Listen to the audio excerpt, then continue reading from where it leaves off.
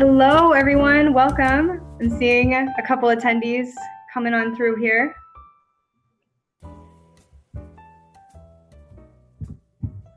Welcome to the Stabilize Your Shoreline workshop. Hopefully you guys are all in the right place here. Just so everyone knows, as they enter here, you are automatically muted and you are automatically cut off from your video. So you don't have to worry about having any noise in your background or anything like that. We do have our chat feature open. So if everyone wouldn't mind, could you all just maybe type a little something in there, make sure that we know that you can hear us okay? This is Shelby Roberts talking from the Scott County SWCD. I'm the education coordinator. And along with me here, I have Meghan Darley. Meghan, do you want to introduce yourself? Yep. Hi, everyone. Oh, good. People can hear us. Good. Meghan Darley, the Natural Resource Specialist of the Scott Conservation District. Awesome. This is our first time doing a webinar, so wish us luck.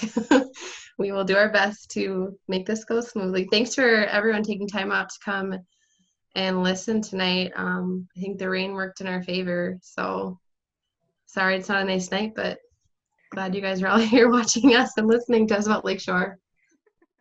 I think we're gonna wait just a few minutes. Looks like a bunch of people are still hopping on. And then we'll start in a couple minutes.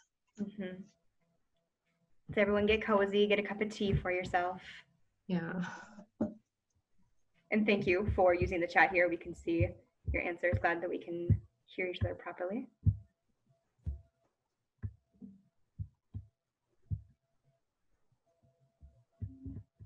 I guess while we have people in the chat, if you guys want to just type in maybe what lake you live on or what type of water body you live on, that would be kind of helpful to know.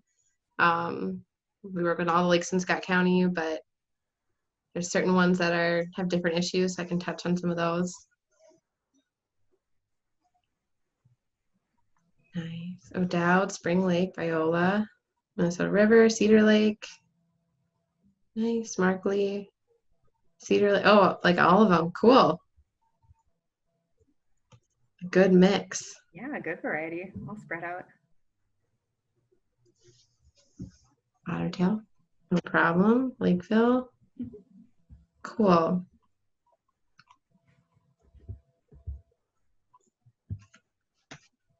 Shelby, do you want me to share my screen now, or?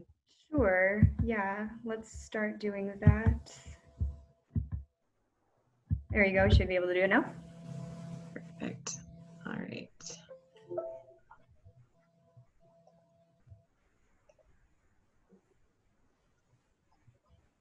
See the numbers climbing on attendees here. We'll give it maybe a couple more minutes before we get started, just so everyone can join. No one's missing out on anything. For those who have joined before the little introduction that I gave just a little bit ago, welcome to the Stabilize Your Shoreline workshop.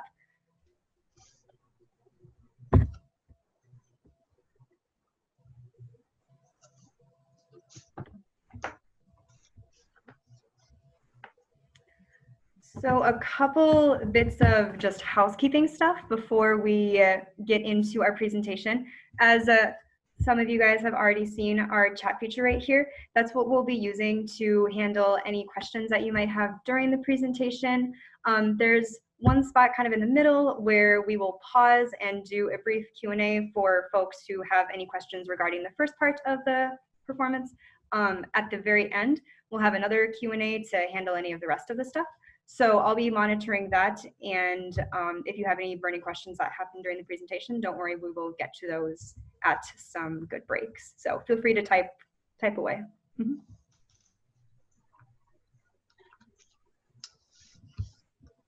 All right, well, I think we're just going to go ahead and get started on the presentation so that we can get on with our evening. So everyone, thanks for coming and tuning in. Just a little bit about who we are. My name is Meghan Darley. I'm the Natural Resource Specialist at the Scotts Home Water Conservation District. For those that aren't familiar, the Scott SWCD we're a local government unit in the county that helps landowners throughout the whole area with conservation projects. So you're here tonight to learn about Lakeshore.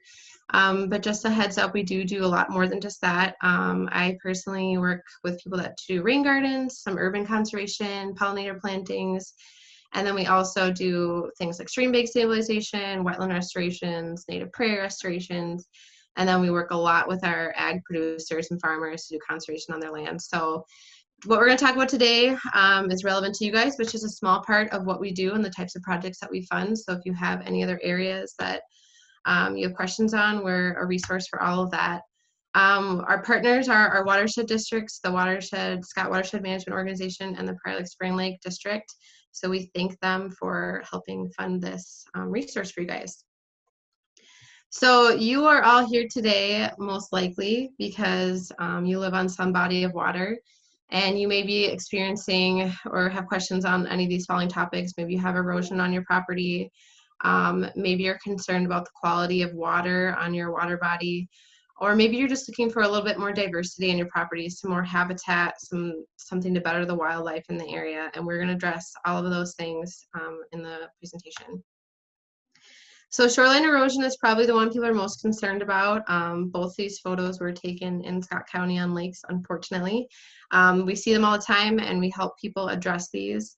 A lot of this has to do with overland flow, altering our shorelines, not proper vegetation maybe on our shorelines. So we'll be talking about ways that we address this when we work with landowners.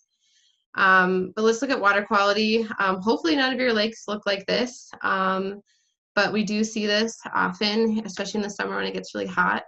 When your lake starts to look green like this, most people know it's algae or algal blooms. And what causes that is excess nutrients in the lakes, primarily phosphorus. I always tell people that phosphorus is really great at making things green. So when we put it on our lawns, we fertilize our lawns, it makes our grass really green. That's awesome. But when it gets into our lakes, it does the same thing. It makes the water really green, and it's not so great there. So we're going to talk about ways to mitigate phosphorus into our lakes. And just a quick fact, 1 pound of phosphorus will produce 300 to 500 pounds of algae. So it multiplies very quickly in the water. So we want to try and reduce that intake in our lakes.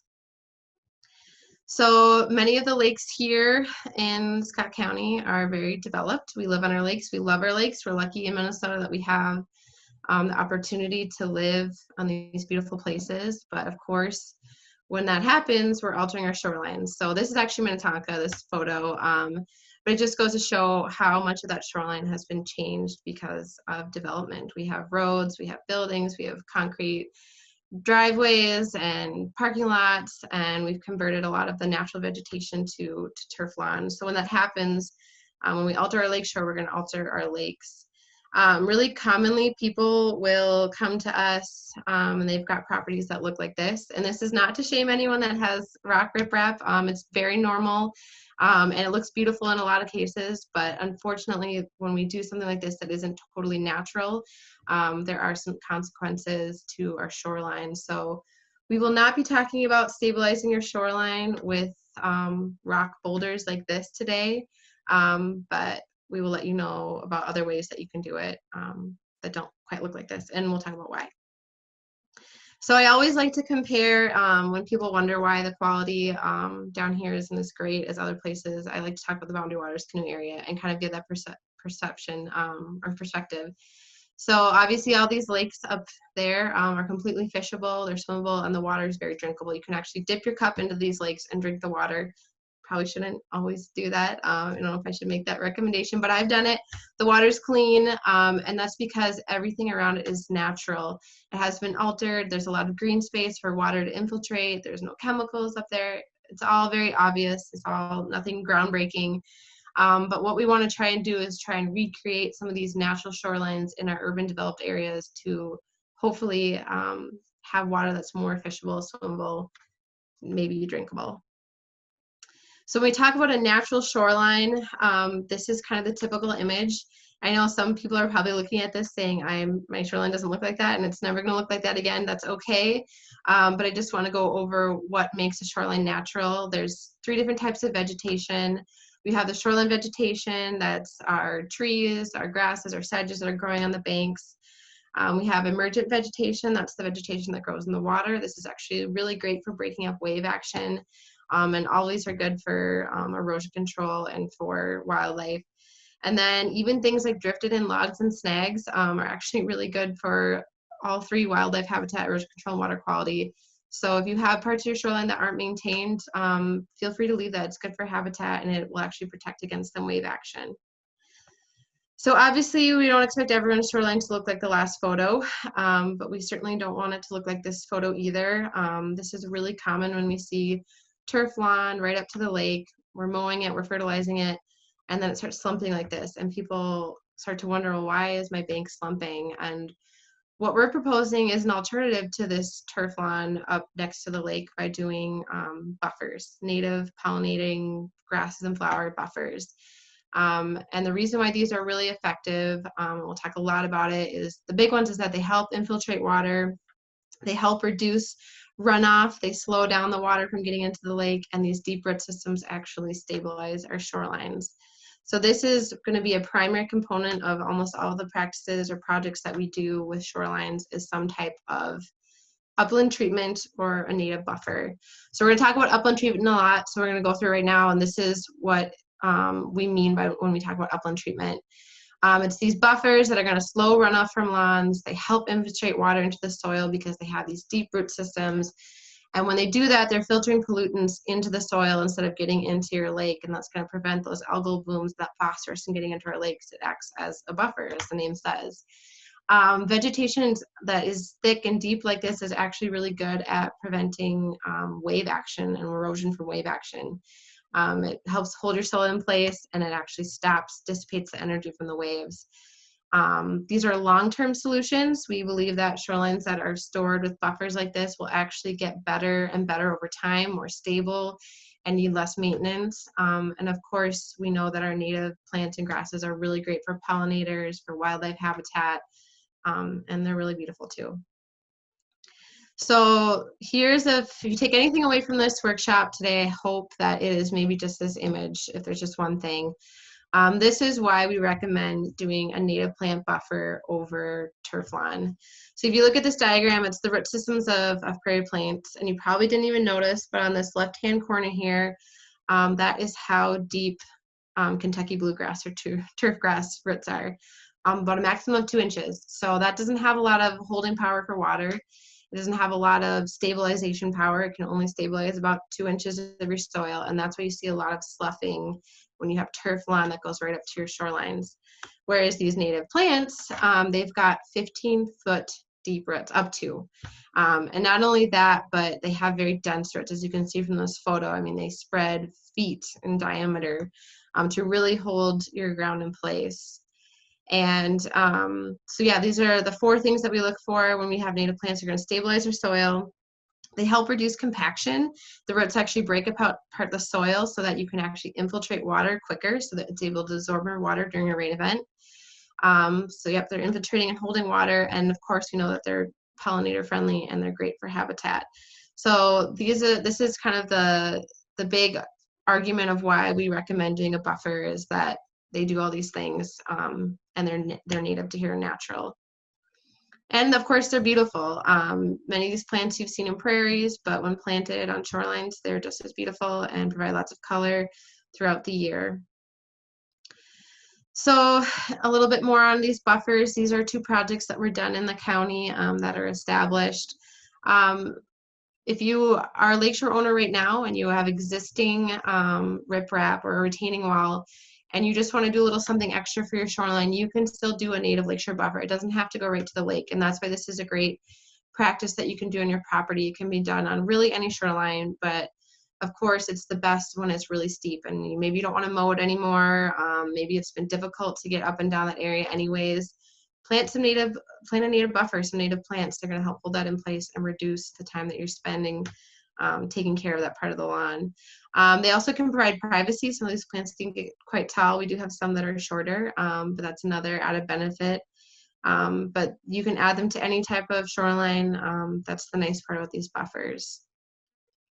So if you do want to do one, here's some quick steps on how to establish a buffer. It's pretty simple. You'll just want to remove existing vegetation. This can be done by doing some type of herbicide application, preferably a water-safe herbicide.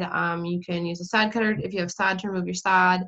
You can also use black plastic by laying it out for 2 weeks on the ground. It will kill the vegetation underneath. But it's really important to start with a clean slate when you're trying to establish native species. You won't be able to do that into lawn. It just will be overcome by the Kentucky bluegrass. It's very sod-forming species. That's one good thing about it. So once you have a clean slate, you'll just spread a seed mix. If you want any help picking them out, we're here to help answer questions. We can recommend based on your soil type, the sun type, anything like that, the lake that you're on, what kind of seed mixes will do really well, and we can help source those for you and help you find them.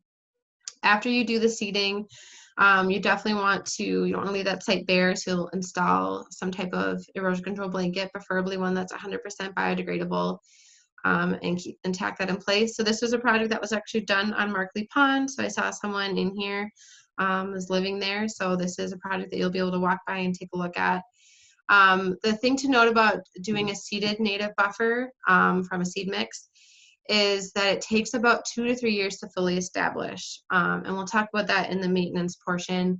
But just know that these plants spend all of the first year of their life developing those root systems. It takes a long time to grow 10 to 15 feet deep. So the first year of your planting, I always let people know it's not going to really look that great. It's going to look like a lot of weeds because you're going to have a lot of weeds because your plants, your natives are doing all their energy into the ground, whereas weeds spend all their energy popping up their flowers and trying to spread their seeds. So that's just a heads up on that. And I do have some photos to show of what they look like each year. But after you give them a couple years to establish, very low maintenance, you're not fertilizing, you're not watering these, they're just going to kind of come back every year. They're perennial plants. You can also do a buffer by planting native plugs if you like that look better. This was a landowner that did it above. Like I said, they had existing riprap, and that's a-okay to do that above. It's still a buffer. So they again removed vegetation, they laid down their mulch, they planted right into it. You can get all kinds of different native plugs. We have great resources and where to purchase them from.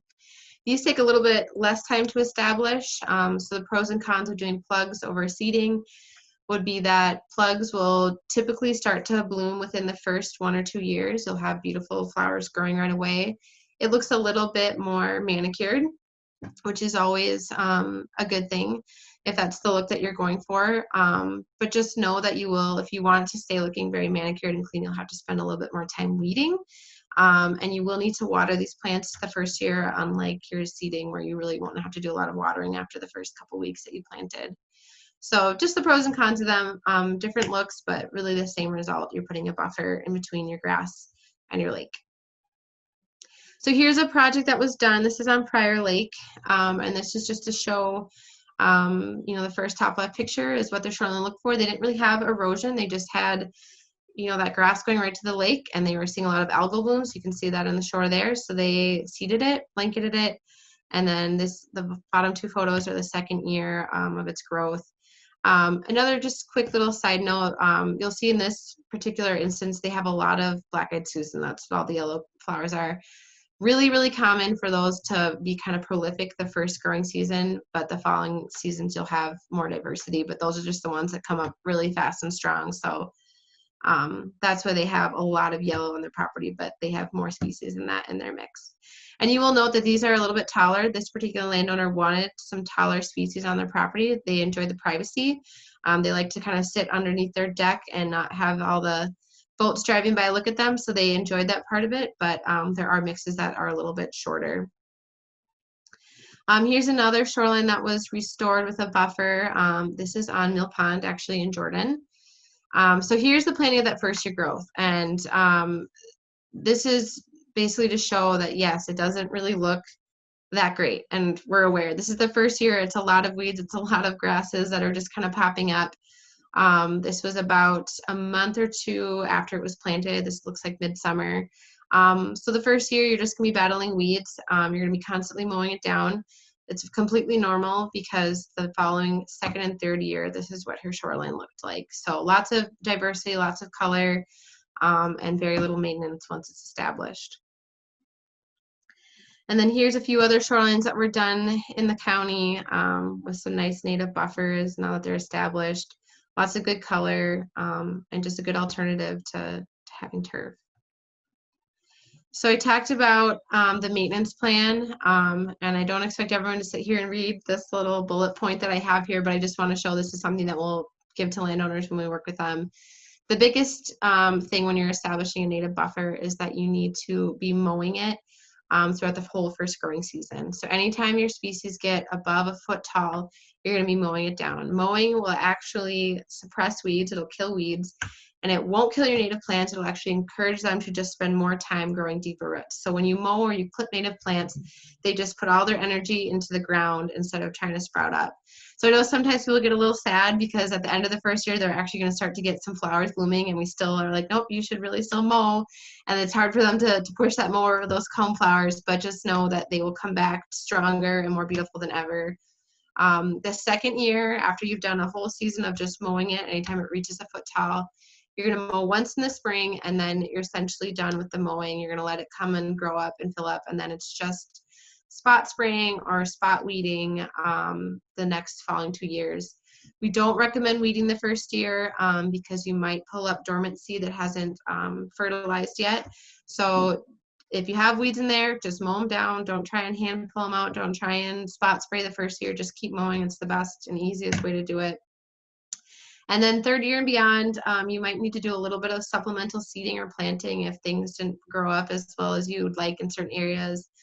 Also, burning is an option. It's a great way to kind of rejuvenate your prairie, really common in field prairies, but just check with your city or where you're living. You might need to get a permit first. But that's kind of the basics of your prairie. It takes patience. It'll take a couple years to get a really good, thick, and beautiful planting. But once you do, you'll have color throughout the entire year and very, very little maintenance after that. And your shoreline will just get stronger and stronger. So I'm going to stop here and see if there's any questions on the buffers. We're going to talk about erosion and stabilizing next. But if there's any questions that popped up on planting buffers or water quality or anything I talked about, I must see if Shelby knows.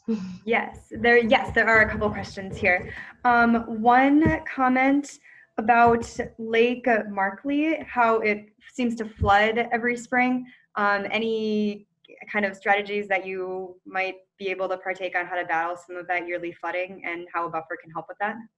Yeah, so if the lake is flooding, which is really common, we're experiencing that a lot with the lakes around here right now. These native plants are actually made for that. Like that is what your natural shoreline should be, is something that can withstand flooding. So these native plants can withstand being flooded. They can withstand drought. They'll actually thrive in those conditions as long as we pick the right species. So we'd have to take that into account when we pick a mix of things that can be submerged in water, but many of them can. Perfect.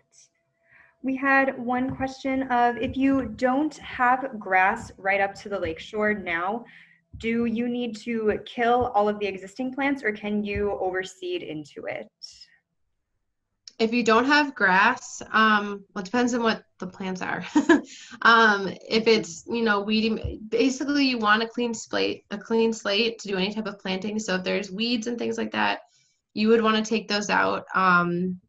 If it's pretty bare and empty and you don't have that growing there, you can seed right into it. But you want to make sure that you have a clean slate, kind of like those pictures showed, just bare soil. That'll be your best bet for a successful planting. You could try supplementing plugs too, I suppose. We had a couple questions on when's the best time to plant. Is it too late to do it this year? When's the optimal time? Yeah. And we will talk very specifically about timelines. It is not too late to plant if you're going to do, so the seeding windows for spring would be like May 15th through June, or May 1st through June 30th. That's if you were going to do seeding. If you're going to do live plugs, you can plant them throughout the whole summer. We recommend trying to get them in before June 30th or early July, just because when it gets really hot out, you're going to have to water them a lot. You're going to have to baby them a lot. You can also do a dormant seeding in the fall after November 1st when the ground's frozen. Even if there's snow on the ground, you can do a dormant seeding then, and those tend to be very successful as well. So it's not too late to do a planting, but you just want to move a little bit quickly, and we can help you look at your site and determine what's the best option. A couple more questions here. One is, can you plant right into riprap? Maybe. It depends on what's under, how thick your riprap is, like how deep your rock is, and if you have, a lot of times when people put rock in, the proper way to do it is to have geotextile beneath it. It's really hard to get your plants through that geotextile, and then you might be damaging your shoreline. So it's not really recommended. It'd be really tough to get things established. That's not to say it can't be done, and you know, things certainly pop up. You'll see weeds coming up, but we typically recommend planting above the riprap, not into it. Perfect. Are there any shorter plants for people who don't necessarily need that privacy barrier and want to be able to see the lake outside their house? Yeah, there are some plants that are shorter, but it depends on what you think shorter is. As far as native plants go, I would say the shortest ones are still going to be about 1 to 2 feet tall. There are species that will fit that height, but they're still naturally taller, and it depends on your sunlight. If you have a really sunny spot, they're going to take off and grow taller. If it's partially shady, you might never get them above 6 inches or a foot. So certainly a site-by-site thing that we can look at if you are looking for shorter plants. We hear that a lot though, so we have recommendations. And we'll do one more question before moving on to the next section here. Is there a broad spectrum herbicide other than Roundup that can be used? There is. Typically what people will use, and I'm not a licensed chemical applicator, so I'm not supposed to make too many recommendations, but a lot of people will end up using what's called rodeo, and it's a water-safe herbicide that can be used on shorelines, and it's just a little bit safer than Roundup. So. Perfect. Thank you, Megan. There's a couple more questions that have been coming through here and a couple of Q&As that I see, but for the sake of time, should we continue forward and save those for the second Q&A session at the end? Yeah, I think so. And then if people want to stick around, they are welcome to, but for those that maybe don't want to hear all the questions, yeah, I think that's a good idea. Sounds perfect. Keep the questions coming though, guys. These are great questions. Please. I appreciate them. It makes me know that people are listening. It's kind of hard on this platform to tell whether or not I'm just talking to myself in my basement or not. Okay, so now we're going to talk about erosion on your shoreline and projects that we need to do to help stabilize banks. So buffers we use in every project as a component of it. We always have about a 10-foot buffer above the stabilization area, but certainly when we look at a site like this, we know that we can't just plant native plants in that grass and it's going to fix the solution, because there's too much going on. We have to address what's going on below. Here's another site. Both of these were in Scott County and sites that we worked on. They look pretty scary, so hopefully this is comforting for anyone that thinks that their shoreline looks really bad. Hopefully it doesn't look as bad as this, but if it does, we can help you. So the first thing that we want to do when we see sloughing or steep edges to banks is we want to try and reshape that bank.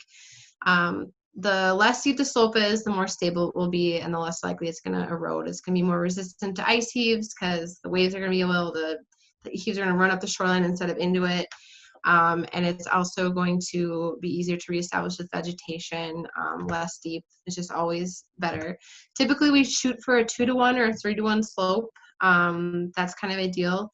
And so this, when we look at a site, we want to see if there's a way that we can pull a bank back. That's the kind of term that we use when we grade it out, is how far can we grade to get a nice, good slope.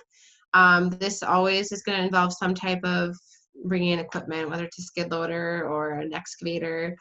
And anytime we do grading that's in the water or below the OHW, which is short for ordinary high water level, it does require a DNR permit if you're going to be doing any grading like this. So if you look at this picture below, do not just go do this on your shoreline without talking to someone first, whether it's us or the DNR. But we work with them all the time, and we're able to get permits. We help landowners get permits to do this type of work. So definitely doable, but just know that you can't just go out there and start digging on your shoreline. So once we have a nice stable slope, we want to actually stabilize the toe of it, or the bottom of the slope is what the toe would be. And there's a couple different methods. The first one that we always try and do if possible is to do a natural method, and that is with coir logs. So coir logs are completely biodegradable. They're made with coconut fiber material, jute rope. They are meant to eventually kind of melt into your shoreline and become your shoreline. They're great because they're going to encourage sediment to settle and to kind of reestablish your bank. You can plant right into them. So we'll always try and do plugs into the coir log, and it will just kind of become part of your bank after, it says 2 to 5 years here for a coir log, but really it's more like 3 to 4, if not, it tends to be on the longer side if they're staked in well. But yeah, these will get staked right into the bank. So here's an example of a shoreline that we worked on where they were actually just having a little bit of undercutting, and we were working on a different part of their shoreline. So we opted to just do a coir log at the toe of it where it was undercutting to try and stop that wave action for a couple of years to allow it to kind of reestablish. And we didn't do anything with the upper area. And then we do have projects too where we do the buffer above the coir logs if it was turf. So this was another project that was done where they planted plugs and mulch above the coir log and just used that to kind of hold the bank in place until the native plants and plugs established and had those good roots for growing power and holding power. So here's another project where a coir log made sense. There was about 7 to 8 inches of bank on this, pretty minimal in the scheme of things. So we graded the site and then installed the log at the bottom of it. And then it was seeded with a native seed mixture. We also did some plugs right along the edge of it and covered it with an erosion control blanket. And this was done just 2 years ago, so I don't have any follow-up pictures of it all growing, but hopefully holding up well. Here's another site that was pretty ugly and a little scary, but we were able to actually stabilize this using coir logs as well. So we pulled the bank back like we did in the previous ones. This time it went almost all the way to their retaining wall. The homeowner was okay with this because they were kind of sick of mowing this little patch up here. And so they were ready to just let this be all natural. We actually stacked the coir logs in this instance. And that was, it's a little bit trickier, but it's definitely doable. And that was to allow a higher bank height for wave action because this is on Prior Lake. And then again, it was seeded with native plants. This is the first year growth. So again, it looks a little bit wild because it's got a lot of weeds, but there are some really good things in there. We do have some coneflowers and black-eyed Susans in here. So the vegetation is going to look really great this year after they've spent some time maintaining it and cutting it down. So this is a project that we were able to just use the coir logs on the shoreline. So many of you are probably here because you have seen rock riprap shorelines. That's probably what most people are used to seeing. And we get that. Rock is very commonly used in the county. It's not, there's nothing wrong with using rock. We use it in many of our projects too when we need it. We try to avoid it though for the following reasons. It's really expensive. And we try and do projects that are a little bit more cost effective. Rock does nothing for filtering pollutants. So when you have rock in your shoreline, it's kind of just like a slip and slide for runoff. Water will just run right over it with all its phosphorus and into the lake it goes. And it does create a more unnatural shoreline. This isn't natural to the area down here. And so we know when we're creating unnatural shorelines, we're changing the lake and the quality of the water in it. And then the other thing that is tough with rock is that it actually requires quite a bit of maintenance. And anyone that lives on a lake that has rock will tell you, or they might know this, that these boulders tend to kind of topple into the lake. And then you're off in the summer trying to haul them back out, throw them back on shore. I know my husband and I have the pleasure of doing that every year at our in-laws' house. We get to go in the water and throw the riprap back on the shore. And it's not the funnest project, but they do a good job of dissipating energy, which is why you do see rock on a lot of shorelines around here. So it isn't that it's good or bad, it's just not the best alternative from a conservation standpoint. But there are instances we do recognize where rock is absolutely needed, and we will determine that site by site.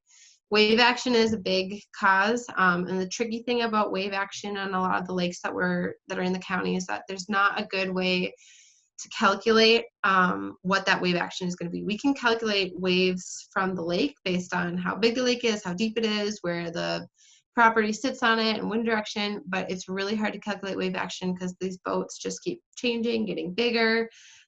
How close are they to the shoreline? How big is their motor? So many things. So we can't always design a project that is going to solve wave action from boats, but we can design a project that will take care of Mother Nature's wave action. So it's a little bit of a compromise. Also, if you're having ice heaves or it's a very, very steep slope or the water levels fluctuate a lot, those are the other reasons why we would consider rock for a shoreline. So here's a project where we did end up doing rock.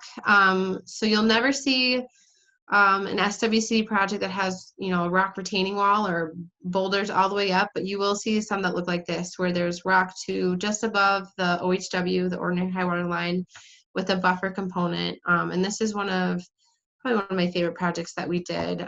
This is it about 2 years after everything was established, and it just looks really beautiful. Really good vegetation. It's very stable. A nice looking project. This is actually right next door to that project I just showed you. The other one's kind of back here if you can see my mouse. So they were having similar issues. You can see the sloughing that was occurring on these banks. It's pretty severe, and luckily they had a lot of room to work with. So we were able to, again, come in with equipment, pull the bank back. We did do some rock at the toe of the slope, but for this particular project, we did a combination of both. So on the steeper areas, we used rock to stabilize just about a foot above the OHW, and then we also did coir logs in areas that weren't as steep. And partially this is because for cost, it was a huge shoreline and we wanted to keep the cost down. And also, typically when the DNR is giving us permits for this type of work, they don't want to see more than a couple hundred feet of shoreline converted to rock. So this was our compromise, that we would do half rock, half coir logs, and both sides are looking pretty good today, actually. So they both are doing the job. And then here it is, seated and blanketed, and then we did do some plugs above the coir logs to help hold those in place. So there are instances where we're not able to necessarily pull that bank back because it's just so steep, or there's, you know, the house is really close to it. In this instance, this was actually about 30 feet from a road. So we didn't have area to really pull this back, and these banks were like 4 to 5 feet tall. So what we'll do in an instance like this is actually build the banks out with what we call soil lifts or bio lifts.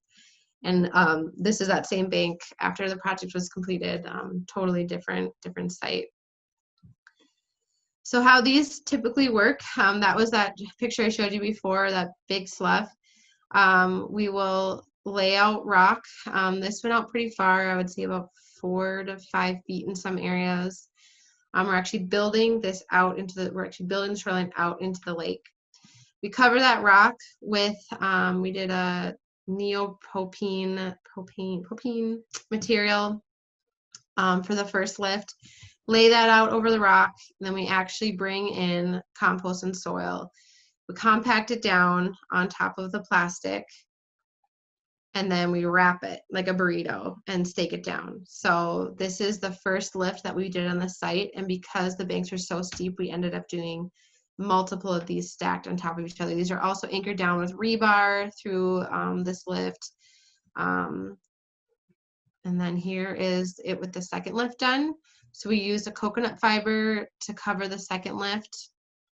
And then here it is with the third. So we have the neoprene lift at the bottom. Here's the second one, and here's the third on the steep slopes. So yeah, it's just like a bunch of burritos stacked on top of each other. And then all of this, yep, there's the third one. All of that will then get covered with topsoil. So now we have a new slope because of our little burrito lifts.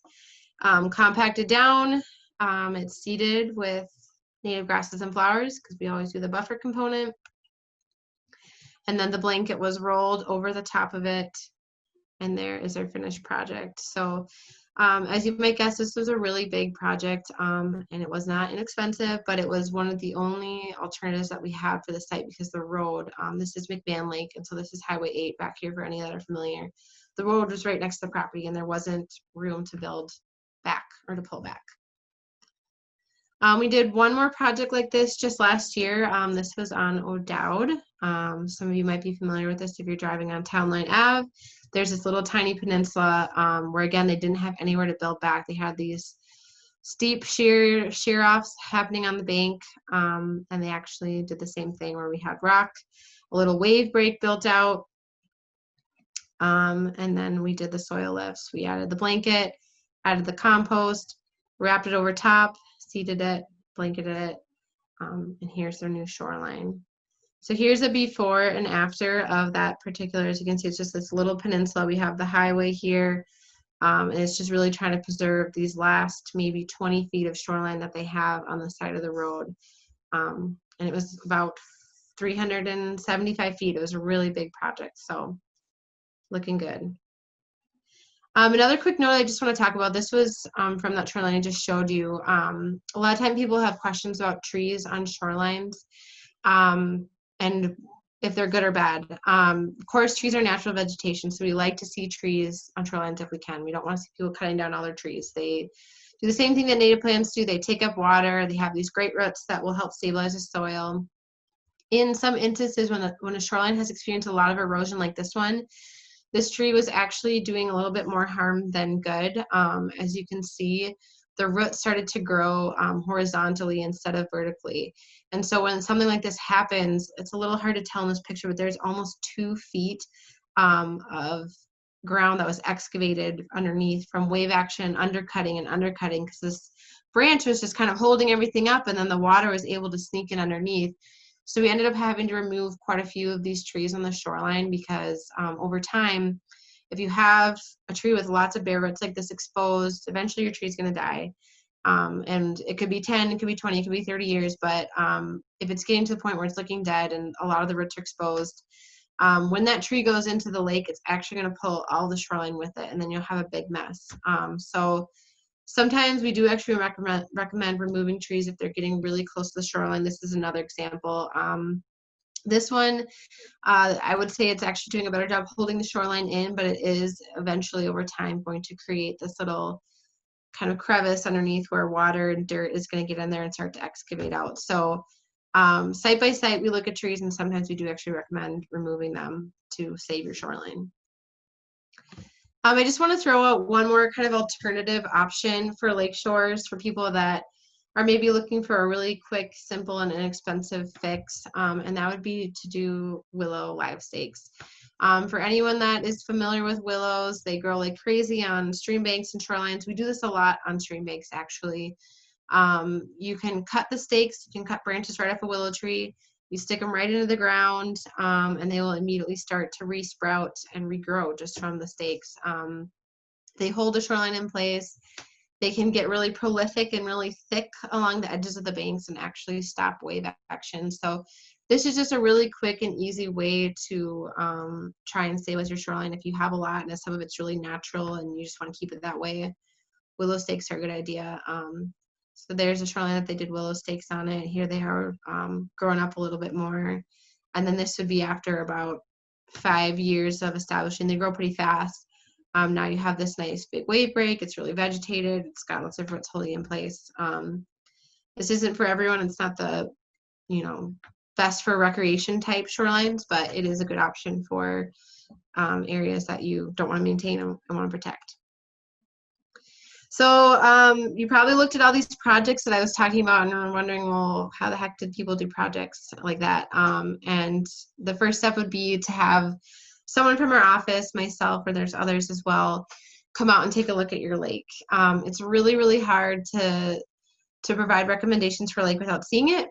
There's just so many factors that come into play, where you're sitting on the lake, what kind of vegetation, what kind of slope, what type of soils. So we do site visits every single day with landowners. It's free. Our technical assistance is free. If you just want someone to come out and take a look and kind of give you some ideas, that's what we're here for. And then if we see something out there, we can discuss some solutions. And if it evolves into a project, we're there to help as well.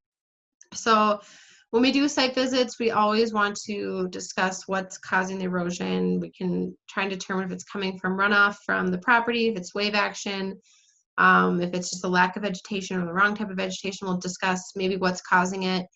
And then we'll talk about what your goals and concerns are, because we never want to come on your property and tell you this is how your lakeshore needs to be. We want to work with you. We recognize that, you know, your lakeshore is really valuable. You live in a lake for a reason, and you want to keep it a certain way, and we're there to help provide suggestions that will tailor to that. And then we also want to determine the feasibility of that site to do a project. Some sites are really tough. If it's really steep, could we get equipment in there? Would it be possible to do a project? Those types of things we'll discuss on our first site visit. If we come out to your site and we take a look at it, and we can see that there are some solutions that we can offer, and you want to move forward with the project, we have technical staff that are available to come out, do a survey, do a design, even offer engineering services. So for the most part, our staff is able to do the designs for lakeshore projects. In some cases, if the banks are really steep, like some of the projects I showed, we did actually bring on an engineer consultant to help us and to approve some of our plans. And that is something that the Conservation District will cover. We have someone on retainer. We have grant funds to help pay for that. So we are really here to help you as long as the project is a conservation-minded project. I should just mention that we can help design anything that's got conservation at the root of the result. Typically, we'll try and do surveys in the summer and site visits in the summer so we can see what the lake looks like in its regular season. And then we'll do designs and work on cost share applications over the winter. The best time to do a big lakeshore restoration is either in the spring, about April or May, or it's in the fall around October. So here's example of some of the designs that we've done and what we'd be able to provide. So when we put together a design, we always do a preliminary one. We will send it and share it with you. We'll meet on site. We'll say, this is what we've come up with. This is what we think it'll cost. Here's the materials that we need. And here is, you know, what your shoreline's gonna look afterwards. Here's how far we have to cut back the bank. Here's, you know, how high the rock's gonna be. When we have a preliminary design, we always design with the lowest cost that we can come up with, because we have to be fiscally responsible with the funding that we have. But we're always willing to work with you. If you want to have more riprap, or if you want to have a different species in your buffer, you know, we're there to work with you on the design. We're not going to come up with something and say, this is it, this is what you have to do. So it's a very much a process where we'll go back and forth and try and come up with the best solution for your shoreline.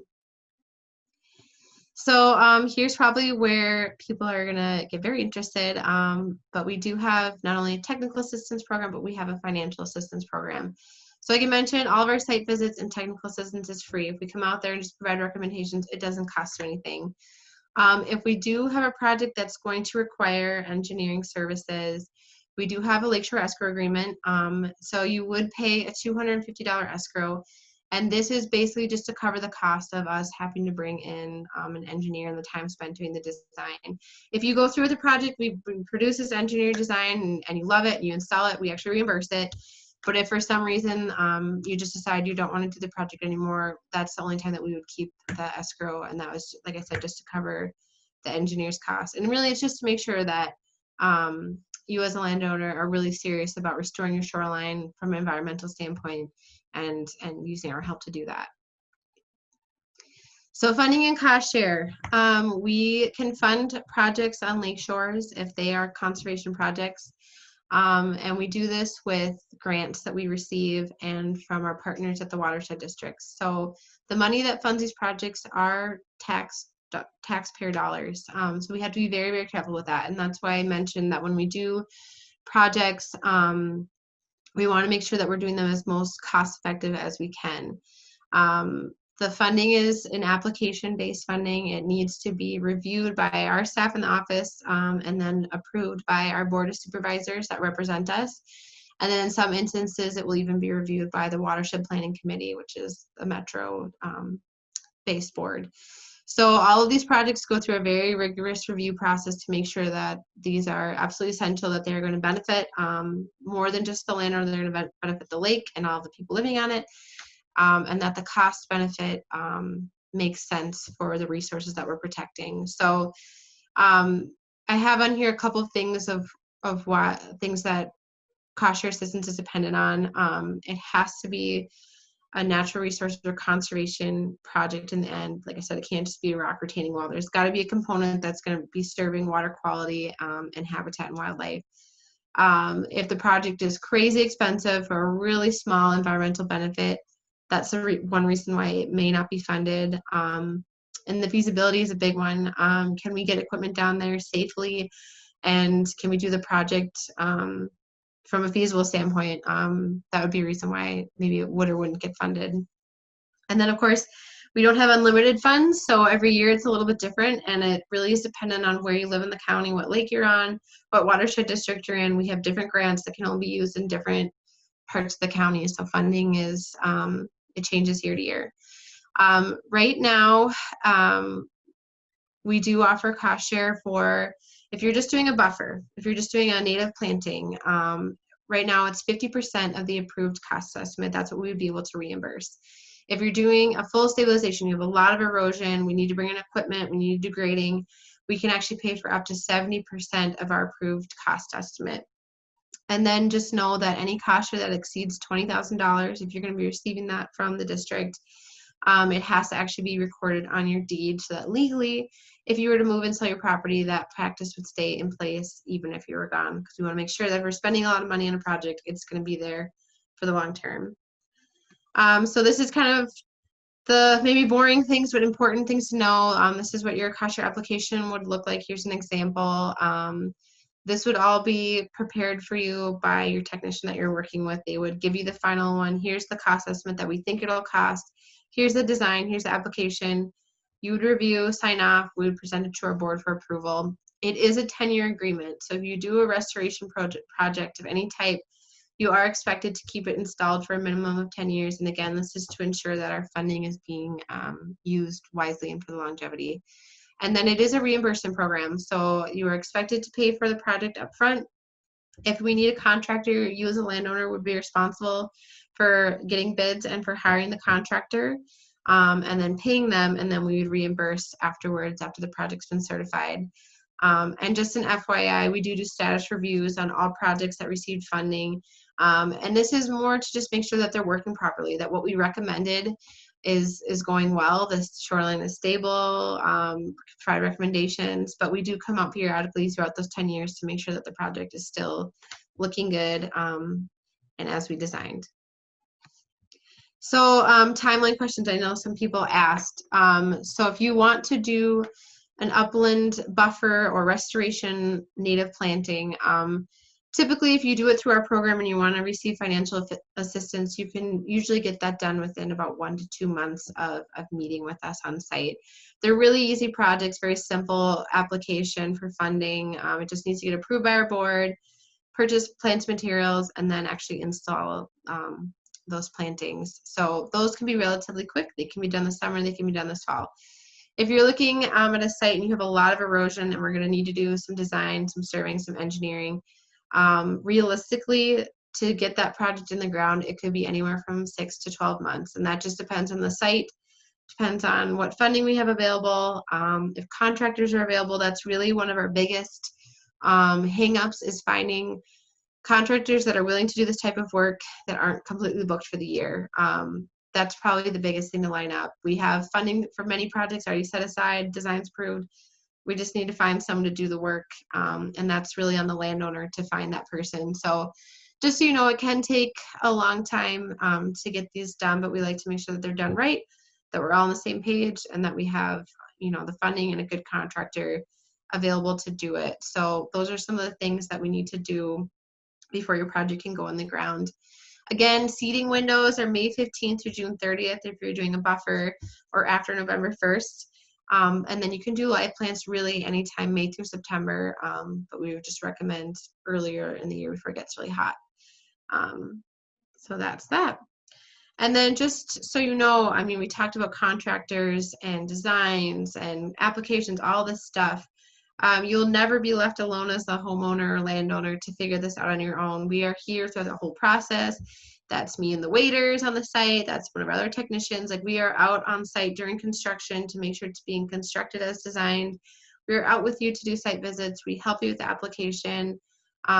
We really try and make it as simple as possible. Just know that there's a lot of moving pieces on our end, but we will be there to guide you through the process if you decide to do a shoreline conservation project.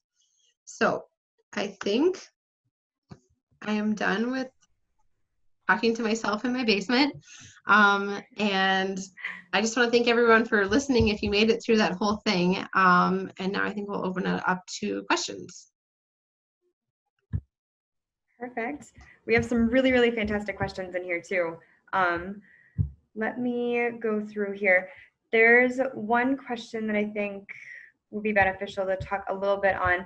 We've got a couple people who live on rivers instead of lake shores, and they're kind of wondering, you know, how does stabilizing a shoreline compare to stabilizing stream banks, and what the process is for that, what our technical assistance might look like for that, if any cost share might look like that too. Can you kind of just give some of those details? Yep. We do have a stream bank stabilization program as well. It's similar, but also very different than lake shores. So the funding would be pretty similar on that end, and what we can do for technical assistance, site visits, making recommendations. The types of projects are a little bit different, just because we're dealing with different types of flows and often very different types of soils. It's also very natural for rivers to meander, so we might just handle it a little bit differently, but we have a great resource in the office. Willie Peters, for anyone that knows him, is excellent at stream bank restorations. And yeah, we should probably have another workshop just on stream banks. It is a little bit different how they work, but we kind of abide by the same rules in that sometimes rock is used, sometimes native vegetation is used. We wouldn't use like coir logs, but apples to oranges, similar but same, I don't know. So we do have a program, and if that's something you're interested in, just give our office a call and we'll come take a look. On that note, there are a couple questions as well. People asking just in general, how do you contact us? Meghan has her contact information on the screen here, and I can send out a follow-up email. And in fact, I am going to be sending a follow-up email to all of you who have signed up that contains kind of just a general survey on your general thoughts on this webinar and kind of what your takeaways were from it. And included in that email is going to be a contact sheet for you to fill out. If you want us to do a follow-up with you, you can put down your name, your address, phone number, email, contact information, and one of us will be able to reach out to you guys from there. Did you have anything to add on contacting Meghan? I was going to say the same. Yep. Okay. That sounds perfect. Perfect. A couple folks asked if this presentation was being recorded. Yes, it is being recorded. So you guys will be able to reference this afterwards. This will be posted on our social media sites for future reference. Oh boy.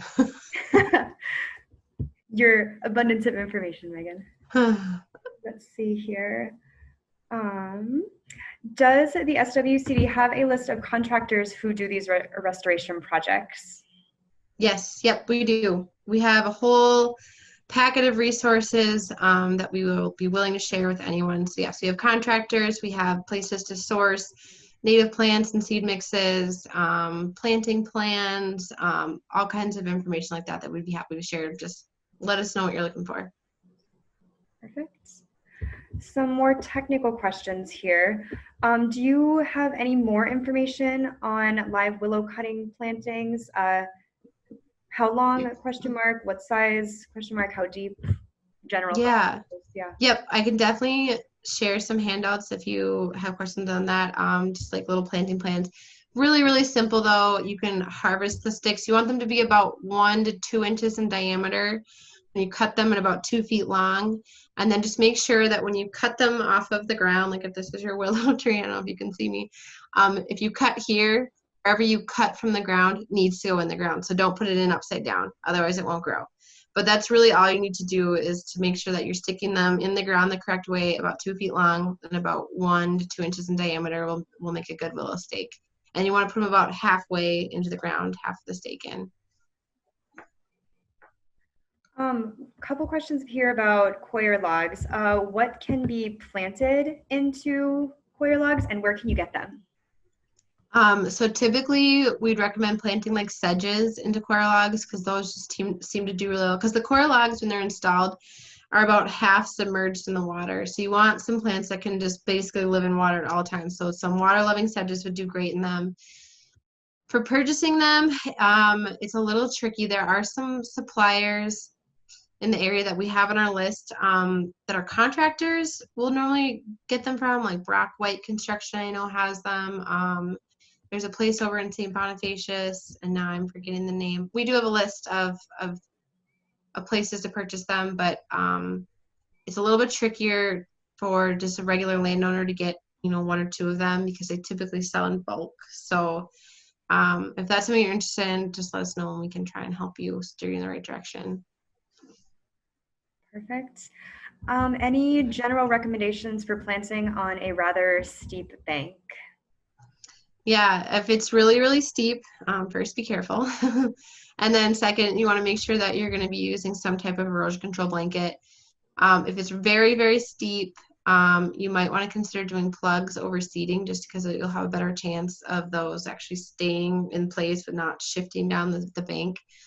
But this might be one where a site visit might just be easier to provide recommendations. But if it's steep, blanket for sure, and plugs might be a better option. Mm-hmm. Yeah, and in general, you know, these specific questions, give our office a call and we can come out and do a site visit, and then we can give you kind of more one-on-one answers for whatever is going on at your property. So that's kind of the best next step for you with these more in-depth questions. Yeah.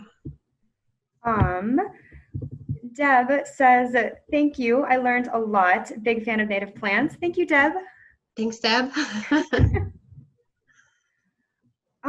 And I am not quite sure here if this is something that applies to us or not. Do you need a permit through the DNR if you're working above the OHW for riprapping a small area? If you're above the OHW, you typically do not need to get a permit. But if you're doing any grading near it, sometimes it's better off just to get one because your neighbors might say something or call you in, and it's always good to just run it by. But we are not the end unit for distributing permits, so I always recommend just contacting them and let them know what you're thinking. It's easier to do that than to get a fine afterwards if you did something not okay. So safe than sorry. How do you determine what the OHW is? So the OHW, you can actually look up on the DNR website. They have a lake finder. If you just Google DNR lake finder, and it will show you what the average OHW is for each lake. You can find your lake and it'll tell you the average elevation. So you would need to know the elevation of your lake in order to determine if the OHW is where the water level is at.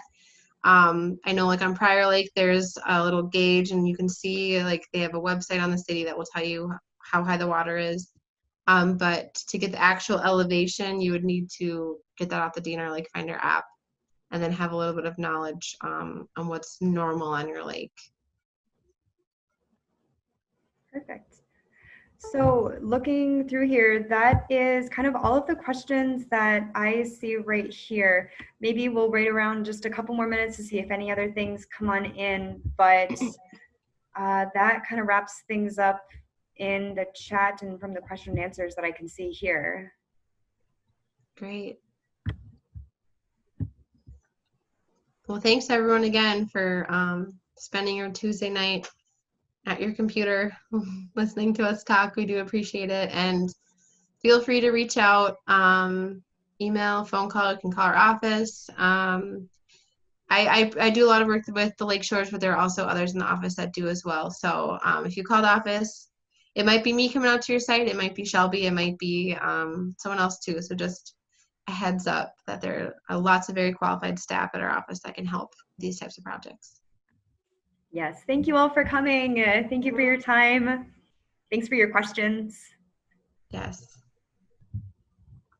We're getting a couple nice thank yous and very informative webinars in the chats too. So thank you, Megan, for all of your information. Cool. Perfect. And like I said before too, this is being recorded, so we will have this available for folks afterwards. And keep an eye out in your emails for that follow-up questionnaire about this, because on there, again, there will be a contact slip that we can look at to reach out to you. Or if you want, you can reach out to our office directly from our phone number on our website, and we can help you out from there too. So don't be shy. All right. All right. And I think with that, I will end the recording here and cancel everything out. So have a wonderful night, everyone.